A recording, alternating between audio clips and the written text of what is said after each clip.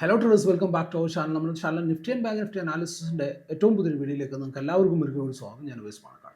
So എങ്ങനെ ഉണ്ടായിരുന്നു ഇന്നത്തെ മാർക്കറ്റ്? മന്ത്ലി എക്സ്പയറി എങ്ങനെ ഉണ്ടായിരുന്നു? രാവിലെ നോക്കുകയാണെന്നുണ്ടെങ്കിൽ നമുക്ക് ക്ലിയർ ആയിട്ട് മാർക്കറ്റിൽ എൻഡ് ഓഫ് ദി ഡേ നോക്കിക്കഴിഞ്ഞാൽ നമുക്ക് മാർക്കറ്റ് ഷാർപ്പായിട്ട് മുകളിലേക്ക് പോകുന്നു, അവിടുന്ന് ഷാർപ്പായിട്ട് താഴത്തേക്ക് വരുന്നു, എഗെയിൻ മുകളിലേക്ക് പോകുന്നു. നല്ല രീതിയിലുള്ള വോളറ്റൈലിറ്റിയും കാര്യങ്ങളൊക്കെ നമുക്ക് കാണാൻ പറ്റുന്നുണ്ട് അല്ലേ.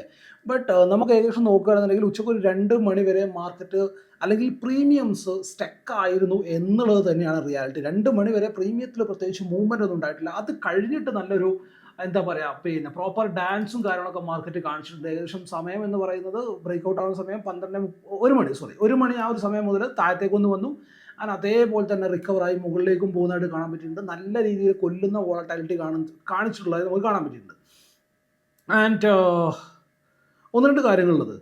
ഒന്നാമത്തെ കാര്യം നമ്മൾ ഇന്നലെ പറഞ്ഞതുപോലെ മാർക്കറ്റ് എന്തായാലും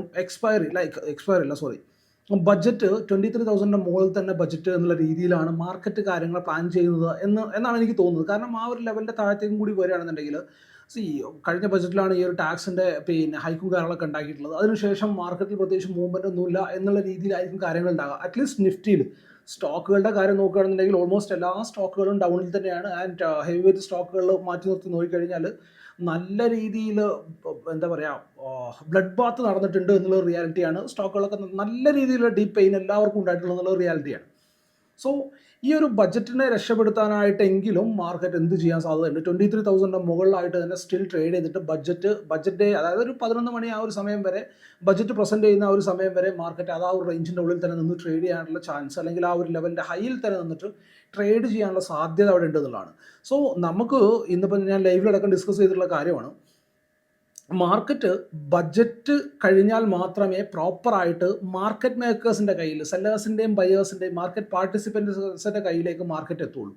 അതുവരെ നമുക്ക് ഓവർ അഗ്രസീവായിട്ട് ട്രേഡ് എടുക്കാൻ പറ്റില്ല. ഇന്നലത്തെ വീഡിയോയിലടക്കം നമ്മൾ ഡിസ്കസ് ചെയ്തിട്ടുള്ള കാര്യമാണ്. ഇന്ന് ഈ മോർണിംഗ് ലെവൽസ് പറഞ്ഞപ്പോൾ തന്നെ ഞാൻ ക്ലിയർ ആയിട്ടൊരു വോയിസ് മെസ്സേജ് കൂടി അവിടെ അയച്ചിട്ടുണ്ട്. നിങ്ങൾക്ക് എല്ലാവർക്കും കാര്യം വ്യക്തമായിട്ട് മനസ്സിലായിട്ടുണ്ട് എന്ന് വിശ്വസിക്കുകയാണ്. അങ്ങനെ നോക്കുകയാണെന്നുണ്ടെങ്കിൽ 49,200 എന്നുള്ള സ്ട്രൈക്കിൽ ATM സ്ട്രൈക്ക്, അതാണ് ഞാൻ ഉദ്ദേശിച്ചത്. ATM സ്ട്രൈക്ക് നോക്കുകയാണെന്നുണ്ടെങ്കിൽ ഇന്നലെ ഉണ്ടായിട്ടുള്ള പ്രീമിയം വെച്ച് നോക്കുകയാണെന്നുണ്ടെങ്കിൽ ഏകദേശം ഒരു 350-400 പോയിൻസിൻ്റെ എങ്ങാണ്ട് പ്രീമിയം അവർ ഓൾറെഡി ഒരു 11 മണി 12 മണിയൊക്കെ ആകുമ്പോഴേക്കും കളക്ട് ചെയ്തിട്ടുണ്ട്. അതിന് അതിനുശേഷമാണ് ഈ ഒരു ഹൈ വോളറ്റാലിറ്റി. ഇൻഫാക്ട് നോക്കുകയാണെന്നുണ്ടെങ്കിൽ നിഫ്റ്റി ബാങ്കിൽ ആ ഒരു വോളറ്റാലിറ്റി കാണാൻ പറ്റിയിട്ടില്ല. നിഫ്റ്റിയിൽ മാത്രമാണ് ആ ഒരു അത്ര രീതിയിലുള്ള വോളറ്റാലിറ്റിയും കാര്യങ്ങളൊക്കെ കാണിച്ചത്. നിഫ്റ്റി പയ്യെ മുകളിലേക്കൊക്കെ പോകുന്നുണ്ടായിരുന്നു. ആൻഡ് മോർണിംഗിലുള്ള ആ ഒരു മൊമെൻറ്റം എന്ന് പറഞ്ഞാൽ ബജാജ് ഫിനാൻസ് മാത്രമാണ് ഏകദേശം തള്ളിക്കൊണ്ട് പോയിട്ടുള്ളതെന്ന് നമുക്ക് കാണാൻ പറ്റും. ആൻഡ് അതിനുശേഷം ഈ പറഞ്ഞതുപോലെ പ്രീമിയം DK നല്ല രീതിയിൽ നടന്നിട്ടുണ്ടെന്നുള്ളതാണ്. ഇന്നത്തെ നമ്മുടെ ലൈവ് ട്രേഡിലേക്ക് വരികയാണെന്നുണ്ടെങ്കിൽ അത് അതിനേക്കാളും വലിയ കോമഡി ആയിരുന്നു. പഞ്ച് ചെയ്യാൻ വേണ്ടിയിട്ട് റെഡിയായി. അത് പറയുമ്പോൾ തന്നെ കൂട്ടത്തിൽ 1-2 ആൾക്കാർ ഇതിനകത്ത് നമുക്കൊരു ട്രേഡിനെ പ്ലാൻ ചെയ്യാമെന്ന് പറഞ്ഞപ്പോഴേക്ക് ട്രേഡ് എടുത്ത ആൾക്കാരുണ്ട്, അവർക്ക് പ്രോഫിറ്റ് ഉണ്ടായിട്ടുണ്ട്. ബട്ട് ഞാനത് പഞ്ച് ചെയ്യുന്ന സമയത്ത് ആ ഒരു പ്രീമിയം സിയുടെ പ്രീമിയം കിടക്കുന്നത് 118 ആ ഒരു റേഞ്ചിലൊക്കെയാണ്. ബട്ട് ഞാനത് പഞ്ച് ചെയ്യലും പോയി കൊണ്ടിട്ടുള്ളത് 145 ആ റേഞ്ചിലാണ് പോയിട്ട് കൊണ്ടിട്ടുള്ളത്. അതിനകത്ത് നല്ലൊരു പ്രോഫിറ്റ് കാണിച്ചു. നല്ലൊരു പ്രോഫിറ്റ് എന്ന് പറഞ്ഞാൽ ചെറിയൊരു പ്രോഫിറ്റും കാര്യങ്ങളൊക്കെ കാണിച്ചു. ബട്ട് അത് ഇവൻച്വലി താഴത്തേക്ക് വരുമെന്ന് ഉറപ്പുള്ളതുകൊണ്ട് തന്നെ കോസ്റ്റ് നമ്മളത് കട്ട് ചെയ്ത് ഇറങ്ങുകയാണ് ചെയ്തത്. ബട്ട് അതിനകത്ത് 118 നിന്ന് കയറിയിട്ട് 160 ഒക്കെ പിടിച്ചിട്ടുള്ളവരുണ്ട്. ലൈവിൽ തന്നെ ചാറ്റ് ചെയ്ത് പറയുന്നുണ്ടായിരുന്നു. ബട്ട് അതൊന്നും അത്ര നല്ലൊരു ട്രേഡായിട്ട് ഞാൻ പറയുന്നില്ല കേട്ടോ. കാരണം മനസ്സൊരു കൺഫർമേഷൻ ആവുന്നതിന് മുമ്പ് സം ടൈംസ് ഇങ്ങനെ വന്നേക്കാം. കാരണം നമ്മൾ രാവിലെ മുതലേ പറയുന്നുണ്ട് ഒരു ബ്രേക്ക്ഔട്ട് ലെവൽ, ഈ സ്ട്രൈക്ക് ഇന്ന റേഞ്ചിൻ്റെ മുകളിലേക്ക് ബ്രേക്ക്ഔട്ട് ഉണ്ടാവാൻ ചാൻസ് ഉണ്ട് എന്നുള്ളതൊക്കെ നമ്മൾ പറയുന്നുണ്ട്. ബട്ട് നമുക്ക് അത്ര അഗ്രസീവായിട്ട് ട്രേഡിനെ പ്ലാൻ ചെയ്യാൻ പറ്റുന്ന പോയിന്റ് അല്ല. എന്നാലും ട്രേഡ് ചെയ്തിട്ട് ഇന്നത്തെ ദിവസം സേഫായി എന്നൊക്കെ പറഞ്ഞിട്ട് കമൻറ്റുകളും കാര്യങ്ങളൊക്കെ ഞാൻ കണ്ടു എന്നുള്ളതാണ് റിയാലിറ്റി. ആൻഡ് വെൽക്കംസ് ടു ബാക്കി അതർ തിങ്സ്. ലൈവ് ട്രേഡിൽ നോക്കുകയാണെന്നുണ്ടെങ്കിൽ ഇന്നും ഇന്നലെ നമുക്ക് പ്രോപ്പർ ആയിട്ടുള്ള ട്രേഡ് നമുക്ക് പ്ലാൻ ചെയ്യാൻ പറ്റിയിട്ടില്ല എന്നുള്ളതാണ് റിയാലിറ്റി. ഞാനും ചെയ്തിട്ടില്ല, നമുക്ക് ഗ്രൂപ്പിൽ പറയാനും പറ്റിയിട്ടില്ല. മാർക്കറ്റ് മുകളിലേക്ക് പോകുന്നുണ്ടെങ്കിൽ പോലും നമുക്ക് അവിടെ ഒരു പ്രോപ്പർ കൺഫർമേഷൻ ഉണ്ടാവേണ്ടതുണ്ട് ഒരു ട്രേഡിനെ പ്ലാൻ ചെയ്യാനായിട്ട്. ഞാൻ എങ്ങനെയാണ് ട്രേഡിനെ പ്ലാൻ ചെയ്യുന്നത് എന്നുള്ളത് ലൈവ് മാർക്കറ്റിൽ നിന്ന് എല്ലാവർക്കും വ്യക്തമായിട്ട് മനസ്സിലായിട്ടുണ്ടാവും. ഞാൻ എന്താണ് ആ ഒരു പ്രൈസിൻ്റെ താഴെ വായിക്കുന്നത്, അല്ലെങ്കിൽ ആ പ്രൈസിൻ്റെ ബിഹേവിയർ എങ്ങനെ കിട്ടിയാലാണ് ഞാൻ അതിനകത്ത് കോൺഫിഡൻ്റ് ആയിട്ട് ഇരിക്കുക എന്നുള്ള കാര്യങ്ങളൊക്കെയാണ് നമ്മളവിടെ ഡിസ്കസ് ചെയ്യുന്നത്. അത് പറയുമ്പോൾ തന്നെ ഇന്നലത്തെ ഒരു കമൻറ്റ് മെൻഷൻ ചെയ്യേണ്ടതുണ്ട്. അതായത് ലൈവ് ട്രേഡിലേക്ക് അറ്റൻഡ് ചെയ്യാനായിട്ട് വലിയൊരു ഫീസാണ്, ബാക്കിയുള്ളവർ ചെയ്യുന്നത് പോലെ ഞാനും ചെയ്യുമെന്ന് പ്രതീക്ഷ ഉണ്ടായില്ലെന്നുണ്ട്. അതിന് ഞാൻ റിപ്ലൈ കൊടുത്തിട്ടുണ്ടായിരുന്നു. അത് നെഗറ്റീവ് വേയിലല്ല കേട്ടോ ഞാൻ ആ കമൻറ്റ് വായിക്കുന്നത്.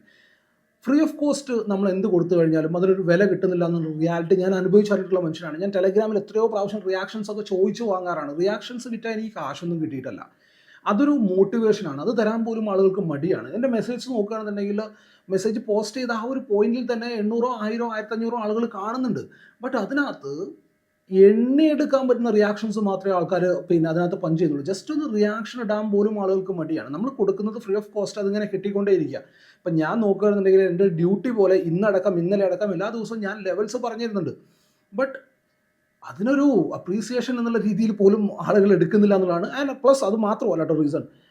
ലൈവിലേക്ക് വരുമ്പോൾ നമ്മളവിടെ പറയുന്നത് എന്താ വെച്ചാൽ ഞാൻ എങ്ങനെയാണ് ആ പ്രൈസിനെ വായിക്കുന്നത്. ഇപ്പം ഇന്നോ നാളെയോ മറ്റന്നാളോ ഒരു 4 ദിവസമോ 5 ദിവസമോ കഴിയുമ്പോൾ നിങ്ങൾക്ക് അത് തോന്നും, ഓക്കെ ഇതിനാണോ ഞാനിവിടെ ഇരിക്കുന്നത്, ഇത് തന്നെയല്ലേ ആ ലെവൽസ് ഞാൻ പറഞ്ഞിട്ടില്ല എന്നുള്ളത്.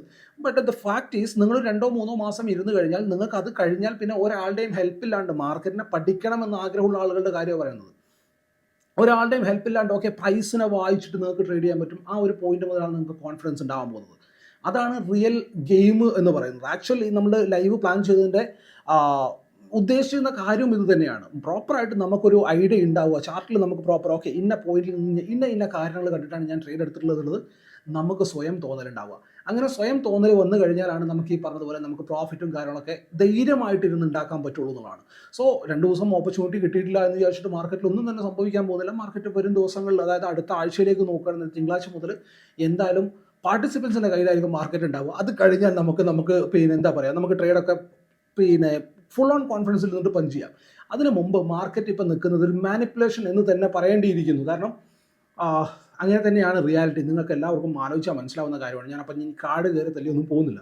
സോ നമുക്ക് എന്താണ് നമുക്ക് ബജറ്റിൻ്റെ മുമ്പ് നമ്മൾ പ്ലാൻ ചെയ്യേണ്ടത്. ശനിയാഴ്ച ബജറ്റാണ്. ബജറ്റിൻ്റെ സ്പെഷ്യൽ വീഡിയോ നമുക്ക് നാളെ എന്തായാലും ചെയ്യാം. സോ എങ്ങനെയാണ് നമ്മളുടെ ചാർട്ടിലെ വ്യൂ നാളത്തേക്ക് ഉണ്ടാവേണ്ടത്, എങ്ങനെയൊക്കെ ആയിരിക്കണം നമ്മൾ വായിക്കേണ്ടത് എന്നുള്ള കാര്യങ്ങളൊക്കെ ഡീറ്റെയിൽ ആയിട്ട് നോക്കാം. വീഡിയോയിലേക്ക് പോകാം.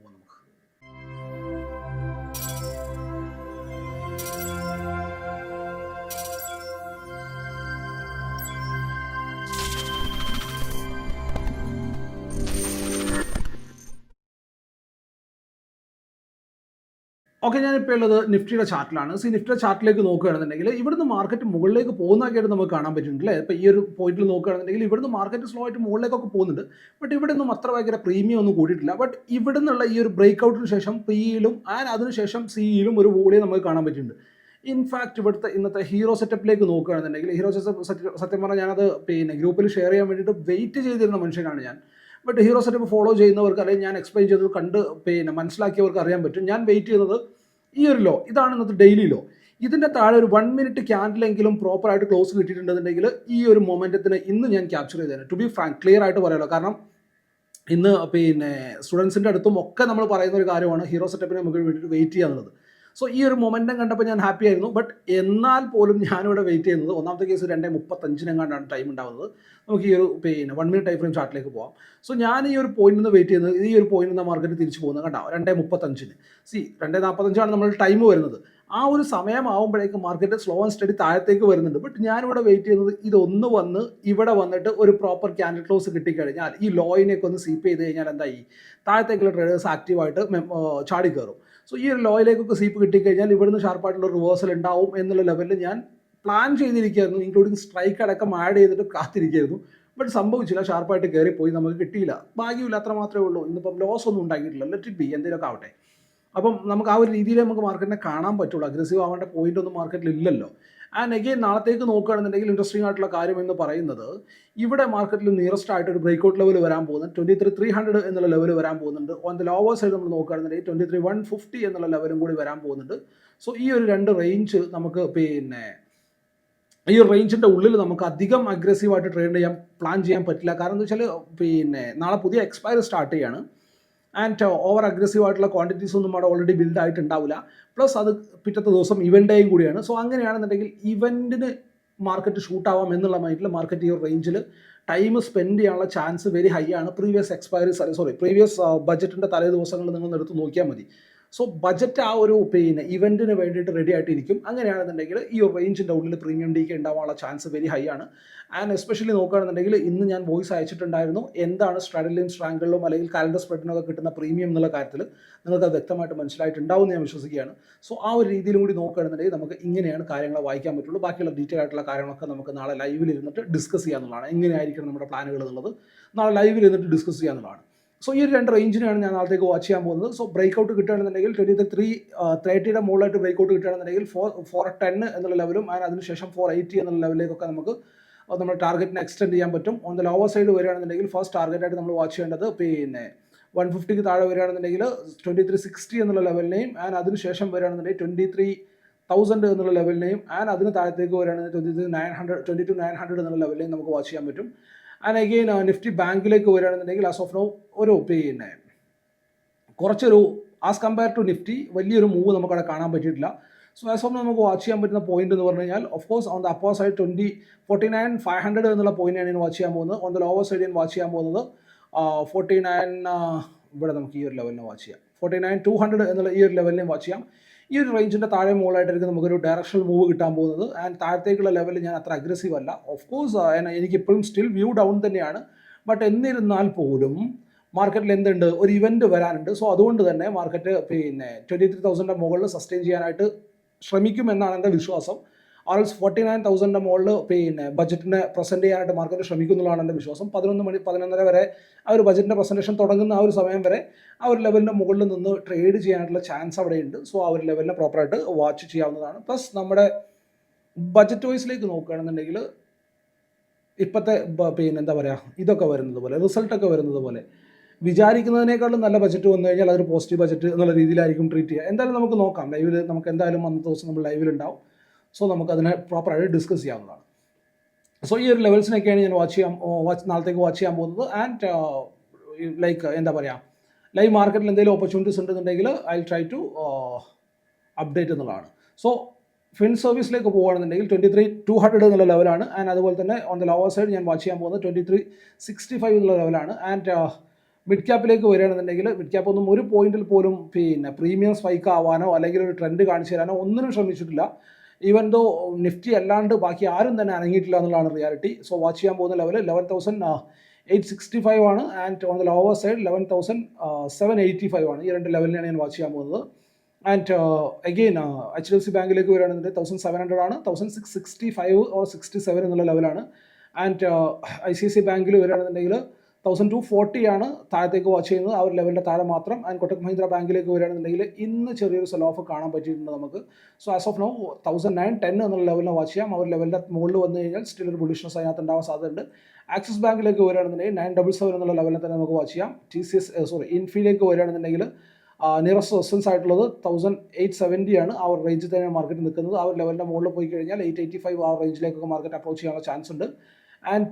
TCSലേക്ക് വരികയാണെന്നുണ്ടെങ്കിൽ ബേസ് ആയിട്ട് നമ്മൾ വാച്ച് ചെയ്യേണ്ടത് 4,075 ആണ്. ഓൺ ദ അപ്പർ സൈഡ് നമുക്ക് ആസ് ഓഫ് നമ്മൾ ഒരു ക്ലിയർ ട്രെൻഡ് കിട്ടണമെന്നുണ്ടെങ്കിൽ 4,130 എന്നുള്ള ലെവലിൻ്റെ മുകളിലേക്കും അപ്രോച്ച് ചെയ്യേണ്ടതുണ്ട്. റിലയൻസിലേക്ക് വരികയാണെന്നുണ്ടെങ്കിൽ എന്തായാലും നമ്മൾ പറഞ്ഞിട്ടുണ്ടെങ്കിൽ ബേസ് ആയിരുന്നു, ആ ബേസിൻ്റെ മുകളിൽ സസ്റ്റെയിൻ ചെയ്തിട്ടുണ്ട്. അതിനെ തന്നെ ഒരു സപ്പോർട്ടായിട്ട് എടുത്തിട്ടുണ്ട്. സോ 1,045 ആണ് ലെവൽ. ആ ഒരു ലെവലിൻ്റെ താഴെ വന്നാൽ മാത്രം ഒരു വീക്ക്നെസ്സിനെ നമ്മൾ പ്രതീക്ഷിച്ചാൽ മതി. സോ ആ ഒരു ലെവലിനെയും നമുക്ക് വാച്ച് ചെയ്യാവുന്നതാണ്. അപ്പോൾ അനാലിസും കാര്യങ്ങളും നിങ്ങൾക്ക് എല്ലാവർക്കും വ്യക്തമായിട്ട് മനസ്സിലായിട്ടുണ്ടാവുമെന്ന് വിശ്വസിക്കുകയാണ്. വീഡിയോ യൂസ്ഫുൾ ആയിട്ടുണ്ടാവുമെന്ന് വിശ്വസിക്കുകയാണ്. വീഡിയോ യൂസ്ഫുൾ ആയിട്ടുണ്ട് എൻ്റെ വീഡിയോ മറക്കാതെ ലൈക്ക് ചെയ്യാൻ, നിങ്ങളുടെ അഭിപ്രായങ്ങളും നിർദ്ദേശങ്ങളും താഴെ കമൻറ്റ് ബോക്സിൽ രേഖപ്പെടുത്തുക. അപ്പോൾ ഇതുപോലെയുള്ള യൂസ്ഫുൾ ആയിട്ടുള്ള വീഡിയോസുമായിട്ട് അടുത്ത ദിവസങ്ങൾ വീണ്ടും കാണാം. ബൈ.